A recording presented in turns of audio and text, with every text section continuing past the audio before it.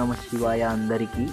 ప్రతిరోజు మనం గుడికి వెళ్ళడం వల్ల మన జీవితంలో ఎలాంటి మార్పులు వస్తాయి, మనం గుడికి వెళ్ళడం ద్వారా మనకు ఏం జరుగుతుంది అనేది ఈరోజు మీకు వివరిస్తాను. ప్రతిరోజు మనము గుడికి వెళ్ళడం ద్వారా మనకు తెలియకుండానే మనలో ఎన్నో అద్భుత శక్తులు, ఎన్నో అద్భుత మార్పులు వస్తాయన్నమాట. ప్రతిరోజు గుడికి వెళ్ళడం ద్వారా మనలో భక్తి పెరుగుతుంది, క్రమశిక్షణ పెరుగుతుంది.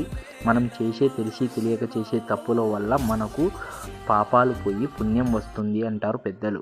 మనం గుడికి వెళ్ళడం ద్వారా మన మనసు చాలా ప్రశాంతంగా ఉంటుంది. మనం గుడికి వెళ్ళడం ద్వారా దేవుడి ధ్యాసలో ఉండడం వలన మనసు చాలా ప్రశాంతంగా ఉంటుంది.